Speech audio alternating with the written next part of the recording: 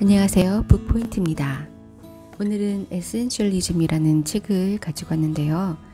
에센셜리즘이란 본중에 집중하는 힘, 그리고 저자는 그렉 맥카온이고요. 베스트셀러 멀티플라이어의 저자이기도 합니다. 그렉 맥카온은 런던 출생으로 스탠퍼드 대학에서 MBA 학위를 취득했고요.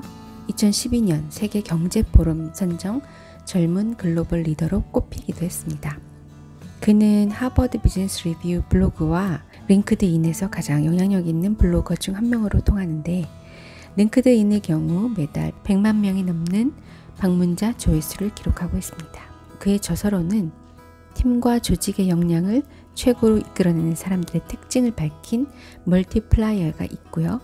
그는 이번에 에센셜리스트라는 책에서 수많은 사람들의 인생을 바꾼 에센셜리스트로서 살아가는 것의 중요성을 강조하고 있습니다. 이 책은 일부 에센셜리즘, 에센셜리스트는 어떤 방식으로 생각하는가, 2부 평가하기, 어떻게 해야 본질적인 소수를 구분해낼 수 있을까, 3부 버리기, 비본질적인 다수를 버리는 방법들, 4부 실행하기, 본질적인 소수를 추구하는 방법들, 그리고 부록으로 세상을 바꾸는 에센셜리스트의 리더십, 이렇게 나눠져 있습니다. 1부에서는요, 에센셜리스트가 되고자 하는 사람들이 지녀야 할 본질적인 사고방식을 소개하고, 2부에서 4부까지에서는 그 사고방식을 하나의 시스템으로 바꾸는 방법을 소개하고 있습니다. 먼저 1부의 에센셜리즘, 에센셜리스트는 어떤 방식으로 생각하는가를 먼저 살펴보겠습니다. 우선 에센셜리스트의 본질적인 논리에 대해 설명하고 있는데요. 에센셜리즘은 무작정 더 많은 일을 하자는 개념이 아니라 주로 사고방식의 전환에 관한 것이라고 말합니다. 하지만 이 방식을 자신의 것으로 받아들이는 일은 쉬운 일이 아닌데요. 왜냐하면 그동안 우리들에게 깊숙이 뿌리박힌 몇 가지 사고방식이 방해가 되기 때문이라고 합니다. 일부의 1장을 제외한 나머지에서 에센셜리즘과 반대되는 여러 잘못된 궤변들에 대해 다루고 있습니다. 그 중에서 에센셜리스트가 되기 위해 반드시 극복해야 할 3가지 궤변이 있다고 하는데요. 첫째, 나는 그것을 꼭 해야 돼. 둘째, 전부 다 중요한 거야. 셋째, 모두 다 해낼 수 있어. 이 3가지는 사람들 사이에 강력하게 뿌리내려서 극복하기 힘든 궤변이라고 지적하고 있습니다. 여기에 매혹된 사람들은 아주 위험한 수렁에 빠져들게 된다고 하는데요. 그래서 에센셜리스트가 되려면 다음 3가지 진실을 받아들여야 한다고 합니다. 즉, 나는 선택할 수 있다. 정말로 중요한 것은 극소수에 불과하다. 모든 것을 다 해낼 순 없다. 이 3가지를 받아들일 때 우린 정말로 중요한 것들을 추구할 수 있게 되고 스스로 만족하는 성공적인 삶을 살 수 있다는 가능성도 높아진다고 합니다. 1장의 에센셜리스트에 대해서 보면, 가장 중요한 일들을 선별적으로 하는 사람들을 살펴보면 샘 엘리엇이라는 사람의 예를 들어서 설명하고 있어요. 샘 엘리엇이라는 사람은 실리콘밸리의 한 벤처기업에서 일했는데, 유능했던 그 사람이 그 기업이 한 대기업에 인수된 후부터 어떤 일도 제대로 해내지 못했다고 합니다. 새롭게 개편된 조직에서 무척 바쁘게 움직임에도 불구하고 제대로 업무 성과를 내지도 못하고 스스로 업무 만족도가 사라졌다고 하는데요. 회사에서는 그에게 명예퇴직을 권할 정도였고, 그러던 중 누군가 이런 조언을 해줍니다. 그냥 회사에 남아. 그리고 컨설턴트가 되어서 하려는 일만 해. 다른 일은 전부 밀어놔. 누구에게도 그런 생각을 말하지 말고. 즉, 자신에게 정말 중요한 일만 하고 그 외의 업무는 전부 신경 쓰지 말라는 것이었습니다. 샘은 그 조언을 받아들여서 중요하지 않거나 형식적인 업무들은 자신의 스케줄에서 제외시키고, 업무 요청이 왔을 때 나에게 주어진 시간과 자원을 고려했을 때 현실적으로 이 일을 잘 해낼 수 있을까 생각해보고, 아니라면 No 라고 말하기 시작했죠. 처음에는 실망하는 반응을 보이던 사람들도 점차 그의 결정을 존중하기 시작했다는 거예요. 그리고 샘은 자신과 상관없는 회의에도 참석하지 않았어요. 단지 참석 요청을 받았다는 것이 꼭 참석해야 한다는 건 아니니까요. 이렇게 선별적인 태도를 가짐으로써 샘은 여유를 갖게 됐고 창의력을 발휘할 수 있는 시간을 가질 수 있었습니다. 시간에 쫓기지 않으면서 프로젝트를 추진하는 과정에서 문제점을 미리 예측하고 사전에 대비할 수도 있게 됐죠. 정말로 중요한 일들에만 자신의 역량을 집중하는 방식을 통해서 샘은 일하는 즐거움을 되찾을 수 있었습니다. 이전에 샘이 다 방면에서 조금씩 일을 해내던 사람이었다면 이제 샘은 중요한 부분에서 두각을 나타낸 사람이 된 거죠. 게다가 퇴근 후에도 개인적인 시간을 가질 수 있었습니다. 업무 방식을 새롭게 바꾸면서 더 놀라운 것은 주변에서 부정적인 반응이 별로 나오지 않았다는 거예요. 회사의 정말로 중요한 프로젝트를 책임지려는 행동에 대해서 오히려 존중한 태도를 보인 겁니다. 여러분은 어떠십니까? 내가 이 일을 왜 받아들였는지 후회하면서 다른 사람이 기분 나빠할까봐 무작정 요청을 수락하는 일이 있진 않나요? 회사에서 언제나 시간이 부족해서 힘든다면 담당하는 업무가 대부분 비생산적이라고 여겨질 때가 있나요? 항상 바쁘게 움직이고 있지만 진척되는 일이 없다고 여겨지나요? 그렇다면 여러분은 에센셜리스트가 되어야 합니다. 에센셜리스트가 된다는 것은 단순히 더 많은 거부를 하는 것, 이메일 수신함을 읽지 않고 지우는 것, 시간관리 방식을 바꾸는 것, 그 정도가 아닙니다. 지금 나는 제대로 된 중요한 일에 나의 시간과 자원을 투자하고 있는가? 스스로에게 계속 질문하는 것입니다. 성공적인 에센셜리스트가 되기 위해서는 이 세상에 존재하는 많고 많은 일과 기회 중에서 정말 중요한 소수의 것을 가려내는 방법을 배워야 하죠.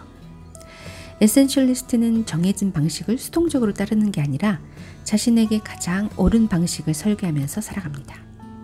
또 에센셜리스트는 중요한 것들을 빠르게 진척시키기 위해서 주변의 장애물을 제거하죠. 에센셜리즘은 일의 결과만 아니라 그 과정에서도 즐거움을 찾게 됩니다. 반면 비에센셜리스트의 방식에 대해 살펴보면요. 이 책에서 저자 자신의 경험담을 이야기하고 있어요. 저자는 아내가 딸을 출산한 날에도 일에서 헤어나오지 못하고 있었다고 해요. 회의에 참석해야 한다는 이메일을 확인하고서 지쳐있는 아내와 새로 태어난 아기의 곁을 지키고 있어야 했는데도 회의에 참석할 수 있는 전화에 그는 망설임 없이 그럼요 라고 대답했던 것입니다. 방금 태어난 아기를 뒤로 하고 회의에 참석한 그는 동료로부터 이런 말을 들었죠. 그런 상황에서도 회의에 참석하다니 고객들이 자네를 대단하다고 여길 거야. 하지만 그날 회의에 참석한 그는 안절부절 못하는 그의 모습을 보고 고객들이 불편하게 여긴다는 느낌을 받았다고 해요. 함께 일하는 동료의 비율을 맞추기 위해서 그럼요 라고 대답하고 대신 가족과 자기 자신의 마음에 상처를 남겼고 또 고객에게 불편한 이미지를 준 것뿐이라는 거죠. 그날 그는 중요한 교훈을 얻었다고 합니다. 삶의 우선순위를 정해놓지 않으면 다른 사람이 내 삶의 우선순위를 정할 거라는 거죠. 그날 이후 저자는 똑똑한 사람들이 자신의 일과 개인의 삶에서 잘못된 선택을 하는 이유에 대해서 관심을 갖게 되었습니다. 그것에 대해 공부하고 연구하면서 에센셜리스트가 되기 위한 방법을 많은 기업에게 조언하게 됐다고 하는데요. 그러면서 그는 과도한 업무량과 압박에 스스로를 소진시키던 많은 사람들을 만났다고 합니다. 자기 주변의 모든 것을 완벽하게 처리해야 한다는 생각에 사로잡혀서 힘든 시간을 보내는 유능한 사람들. 강압적인 상사로부터 지시를 받으면서 굳이 하지 않아도 되고 누구도 고마워하지 않는 일을 잔뜩 맡아서 정신없이 바쁘게 일하는 사람들이 많다는 것을 알고 놀랐다고 해요. 그러면서 성공의 역설에 대해 설명합니다. 성공의 역설이란 성공에 대한 추구가 실패의 촉매가 되는 상황을 말하는데요. 처음에는 분명한 목표를 가지고 노력해서 상당한 성공을 이루죠. 이 성공 덕분에 업무를 믿고 맡길 사람이라는 좋은 평판을 얻게 되고 더 많은 업무가 주어지면서 그에 따른 더 많은 자원과 기회를 얻게 됩니다. 하지만 그만큼 더 많은 업무를 처리하기 위해 자신의 시간과 노력을 들여야 하고 시간과 노력이 이리저리 분산되는 거죠. 그러다가 시간이 부족해서 힘들어하는 자신을 발견합니다. 시간이 부족하니까 가장 큰 기여를 하거나 가장 큰 성과로 이어질 수 있는 일을 제대로 못하게 되는 결과를 낳는 거죠. 이런 상황은 여러 기업들에서도 발견할 수 있다고 해요. 월스트리트에서 한때 가장 선호했던 기업들이 나중에 실패에 이르게 된 경우들이 그 결정적 문제가 무절제하게 더 많은 것을 추구했던 것이라고 합니다. 그리고 저자는 이런 비에센셜리즘이 넘쳐나게 된 이유에 대해서도 3가지를 들고 있는데요. 지난 10년간 우리 앞에 너무나도 많은 선택지가 쏟아지게 되면서 우리는 그런 선택지들을 관리하고 무엇이 중요하고 무엇이 중요하지 않은지에 대한 판단을 하지 못하고 있다는 거죠. 또 선택에 대한 사회적 압력도 너무 크다는 것인데요. 발달된 기술로 서로 다른 견해를 다른 사람들과 쉽게 공유할 수 있게 되면서 정보와 견해의 홍수시대를 맞고 있어요. 그리고 뭐든지 다 할 수 있다는 사고방식도 비에센셜리즘이 만연한 이유가 되는데요. 과거에는 기업이 직원을 채용할 때 온갖 직무 능력과 다양한 경험을 요구하고 경영자들은 자신의 부하 직원들이 휴일이나 퇴근 후에도 스마트폰을 켜두고 언제든 연락이 될 수 있길 바랐습니다. 회사에서 최우선 사업 1, 최우선 사업 2, 최우선 사업 3 이런 식으로 업무를 이끌어 왔는데 이렇게 뭐든지 다 하겠다고 덤비면 결국 계획을 세우거나 전략을 짤 때 제대로 된 중요한 판단을 내릴 수 없다는 것이죠.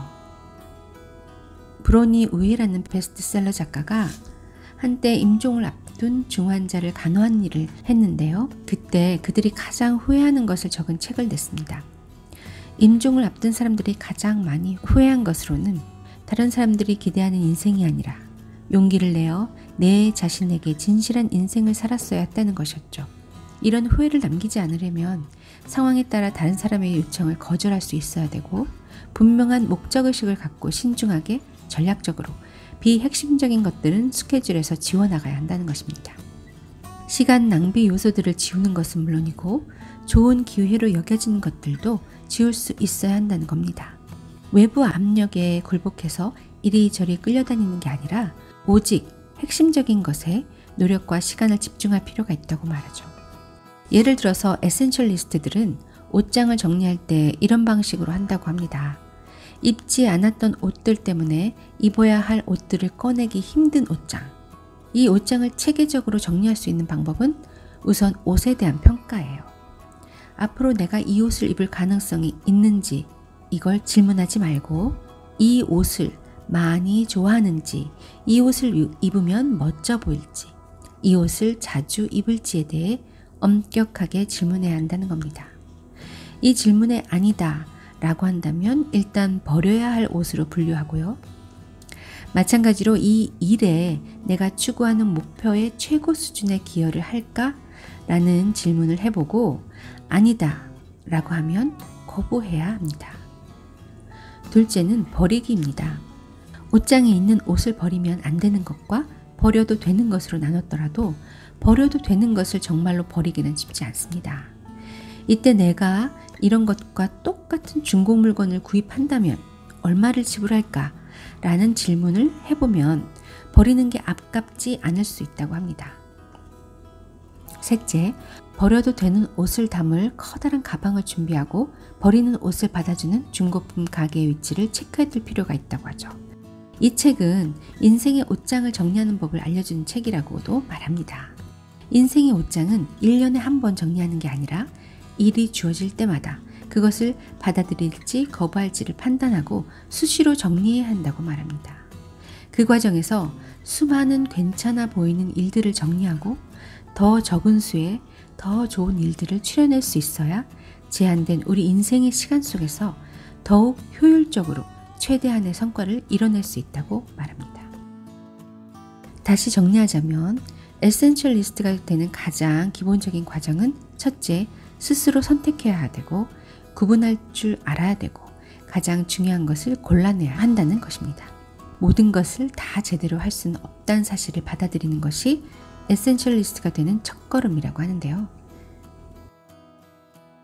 2부에서는 에센셜리스트가 자신의 일에 접근하는 3단계 방법론을 알려줍니다. 간략하게 설명하면 1단계 평가하기로서 비에센셜리스트가 주어지는 모든 업무를 아무런 고민 없이 받아들이는 반면 에센셜리스트는 다양한 선택지들을 체계적으로 평가하고 수용할지 여부를 판단한다고 하는데요. 가장 본질적인 극소수의 일들을 가려내는 작업이라고 할 수 있습니다. 우리의 두뇌는 매우 정교한 검색 엔진을 지니고 있는데요. 그래서 우리가 정교하게 질문을 스스로에게 던질 때 우리의 두뇌는 그 조건에 맞도록 선택의 범위를 줄여서 떠올려 준다고 합니다. 즉, 나에게 가장 큰 의욕을 불어넣어주는 것은 무엇인가? 내가 가장 잘할 수 있는 것은 무엇인가? 세상 사람들이 가장 중요하게 여기는 가치관에 부합하는 것인가? 등의 질문입니다. 이처럼 에센셜리스트들은 주어진 업무에 대해서 숙고하고 질문하고 고민하는 평가의 시간을 많이 투입한다고 합니다. 이러한 평가의 목적은 핵심적인 극소수의 업무를 구분해내는 데 의미가 있죠. 2단계로는 버리기가 있는데요. 비본질적인 일들을 없애는 겁니다. 다른 사람의 기분을 좋게 하기 위해서, 열심히 한다는 인상을 주기 위해서 모두 받아들이는 것보다 큰 성과를 내는 비결은 아니요 라고 말하는 것인데요. 피터 드러커도 큰 성과를 내는 사람들은 내가 할 일이 아니다 라고 판단하는 일에 대해서 아니요 라고 말하기 때문이다 라고 말했습니다. 이는 사회적 기대를 거부한다는 의미일 때도 있습니다. 어떤 일을 맡아서 할지 스스로 선택하지 않으면 결국 다른 사람들의 뜻에 따라서 자신이 원하지도 않는 방향으로 흘러가게 되는데요. 따라서 용기와 정서적인 기술이 필요하다고 말합니다. 이것과 관련해서는 3부에서 자세히 다루고 있는데요. 3부의 주제는 비본질적인 일들을 받아들이지 않음으로써 핵심적인 일들의 시간과 노력을 집중하는 방법에 대해 소개하고 있습니다. 그리고 4부에서는 핵심적인 업무만을 맡아서 행할 수 있는 자신만의 시스템을 만드는 법에 대해 소개하죠. 에센셜리스트가 자신의 일에 접근하는 방법 세 번째 단계는 실행하기입니다.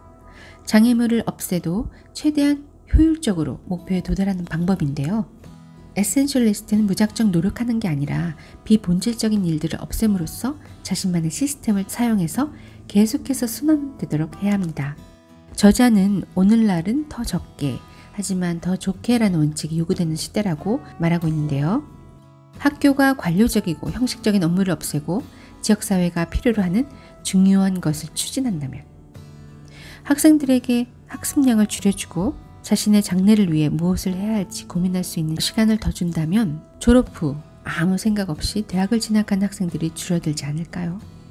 기업은 불필요한 회의를 줄이고 대신 직원들에게 가장 중요한 프로젝트를 연구할 더 많은 시간적 여유를 준다면, 별다른 내용 없이 이메일과 비생산적인 회의로부터 자유로워진다면 회사와 개인의 성공에 기여할 수 있도록 시간과 노력을 핵심적인 업무에 집중한다면 어떤 일이 일어날까요? 얼마나 바쁘게 사는가는 중요한 척도로 삼지 말고 오히려 음악을 듣고 사색을 하고 인생을 진짜 중요한 사람들과 시간을 보낼 수 있는 것에 높은 가치를 매긴다면 어떤 일이 일어날까요? 이 책이 인터넷에 없던 시절로 돌아가는 걸 원하는 게 아닙니다. 은둔자가 되려는 것도 아니죠. 에센셜리스트가 되기 위해서 가장 중요하면서 가장 먼저 해야 할 일이 인생의 모든 영역에서 선택하는 능력을 다시 일깨우는 것이라고 말하고 있습니다. 특히 일부 4장의 균형을 맞춰라에서는 선택과 포기에 대해 집중적으로 얘기하고 있습니다. 마이클 포터 하버드대 교수의 말을 인용하자면 전략이란 선택과 포기에 관한 것이고 차별을 위해 세심하게 무언가를 고르는 것이 바로 전략이다 라고 말합니다. 그리고 또 한 기업의 사례를 들고 있는데요. 미국의 사우스웨스트 항공사에 관한 것입니다. 허브 켈러 회장은 사우스웨스트 항공사의 성공에 에센셜리스트로서의 경영 방식을 적용했다고 합니다. 그는 회사의 경쟁력을 높이기 위해서 최대한 많은 노선에 취향하려는 다른 항공사들과 달리 이익이 많이 나는 노선들만 선별적으로 취향했다고 합니다. 항공료 인상의 요인인 기내식 서비스도 과감히 포기하고 좌석 예약도 선착순으로 선택하도록 했으며 값비싼 퍼스트 클래스 좌석도 포기했는데요. 이러한 사업 방식은 비용을 낮춘다는 커다란 목표 안에서 이뤄진 전략이었습니다. 주변에서는 생소한 사업 방식에 비난과 우려를 했다고 하는데요. 하지만 사우스웨스트는 놀라운 성과를 보였고 다른 항공사들이 사우스웨스트의 사업 방식을 흉내내려고 했다고 합니다. 하지만 사우스웨스트의 에센셜리즘을 이해한 항공사는 없었고 기존 방식을 버리지도 못했고 그저 우왕좌왕했다고 하는데요. 그 중에 컨티넨탈 항공사는 사우스웨스트의 방식을 적극 도입하려고 컨티넨탈 라이트라는 자회사를 만들어서 사우스웨스트 방식으로 운영하려고 항공권 가격을 크게 내리고 기내식도 제공하지 않고 퍼스트 클래스도 없앴는데요. 하지만 기존 비즈니스 모델 자체가 바뀐 게 아니기 때문에 낮은 항공권 가격 유지를 위해 다른 많은 것들을 희생시킨 것에 불과해서 결국 점점 더 경쟁력을 잃게 됐다고 해요. 하루에도 100여 건에 달하는 컴플레인이 쏟아졌고 항공기 연착이나 취소가 많아져서 최고 경영자가 해고되는 지경에 이른 것이죠. 저자는 선택과 포기란 현실을 무시하면 최악의 전략이 된다는 사례라고 지적하고 있습니다. 우리의 삶에서도 해야 할 일이 뻔한데 다른 일을 더 받아들이는 경우가 많습니다. 이번 주까지 해야 할 중요한 프로젝트가 있는데도 추가적인 일을 받아들이는 사람, 토요일 저녁 공연 관람 약속이 있는데도 같은 날 사촌 생일 파티에도 참석하겠다고 약속한 사람, 이런 사람들은 선택과 포기의 현실을 무시한 사람들이죠. 자신의 앞에 있는 일을 전부 다 할 수 있다고 잘못 생각하는 사람들입니다. 이런 사람들은 분명 해야 할 중요한 프로젝트를 제때 끝내지 못할 거고 생일 파티나 공연의 둘 중 하나는 늦게 될 거고 뜻하지 않은 방식으로 생각지 못한 부분에서 손실을 겪을 수 있습니다. 이후 2부 평가하기에서는요, 어떻게 본질적인 소수를 구분해낼 수 있는가에 대해서 이야기하는데요. 이를 위해서 생각의 공간을 마련하라고 합니다. 또 의미 없는 다수로부터 정말로 중요한 소수를 가려내기 위해서 생각할 수 있는 공간이 필요하다는 거죠. 비에센셜리스트는 너무 바빠서 자신의 삶에 대해 생각할 겨를이 없지만 에센셜리스트들은 생각의 공간을 만들어내고 자신의 삶을 살펴본다고 말합니다. 무언가에 온전히 집중하려면 현재로부터 벗어날 필요가 있다고 말하는데요. 그리고 제대로 살펴보려면 큰 그림을 보라고 조언합니다. 노는 것도 필요하고 충분한 잠도 중요하다고 말합니다. 또 9장에서는 판단의 기준이 되는 확고한 원칙을 세워서 까다롭게 선택하라고 하고요. 10장에서는 명확하게 목표하라. 11장 용기를 내라. 12장 그만둘 일은 그만두라. 지금 손해를 봄으로써 더 크게 이긴다. 13장 인생이 편집인이 되라. 14장 제안하라. 15장 돌발 상황을 고려해서 완충 장치를 마련하라. 16장 더 많은 것을 얻기 위해 장애물을 없애라. 17장 조금씩 전진해서 작은 승리를 만들어내라. 18장 습관을 만들라. 19장 지금 중요한 것에 집중하라. 20장 에센셜리스트가 되자. 그리고 세상을 바꾸는 에센셜리스트의 리더십이 부록으로 구성되어 있습니다. 여기까지 본질에 집중하는 힘, 에센셜리즘에 대해 리뷰를 했는데요. 여러분은 어떠신가요? 다음 시간에 뵐게요.